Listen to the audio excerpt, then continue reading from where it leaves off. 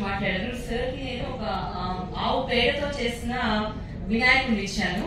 అది నిర్మాణం ఆవు పేడతో. Because we have to tell everyone is గో ఆధారిత ప్రోడక్ట్స్ వాడటంతోనే గో సంరక్షణ పర్యావరణ పరిరక్షణ అనే విషయాన్ని అది నినాదాన్ని మీరందరూ మీ స్కూల్స్ కూడా తీసుకెళ్లాలనే ఉద్దేశంతో ఆవు ఎప్పటి నుంచో ఉంది, ఆవు ద్వారా ఉపయోగాలు కూడా ఎప్పటి నుంచో ఉన్నాయి. కానీ ఇప్పుడు ఈ తరం వాళ్ళు ఆవు పేడని షీట్ అంటున్నారు. ఎందుకంటే అమ్మ దాన్ని ముట్టుకోవట్లేదు, అమ్మ దాన్ని వాడట్లేదు.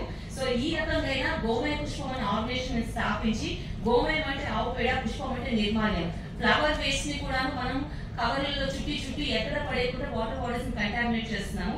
అలా కాకుండా నవరాత్రుల్లో వాడిన వినాయకుడి పువ్వులని ఆ నిర్మాణాన్ని తీసుకొని దాన్ని ఆవు పేడతో కలిపి అలా రకరకాల ప్రోడక్ట్స్ తయారు చేయడం, అవి మనం పిల్లలకి వర్క్ షాప్స్ కింద కూడా కండక్ట్ చేయొచ్చు. సో ఒకటి ముఖ్యంగా మనం అందరికీ చెప్పాల్సింది ఏంటంటే ఆవు ప్రాముఖ్యత మనం చెప్పాలి. అది అంటే గో ఆధారిత వ్యవసాయం ఎలాగో చేస్తున్నాం, కాకపోతే పిల్లలకు కూడా అవగాహన కావాలి. సో ఐ విష్ ఎట్లీస్ట్ ఈ విధంగా నాకు ఈ ఆపర్చునిటీ దొరికింది దాని గురించి మాట్లాడడానికి. So please take it to the further. You are the top leaders. Thank you.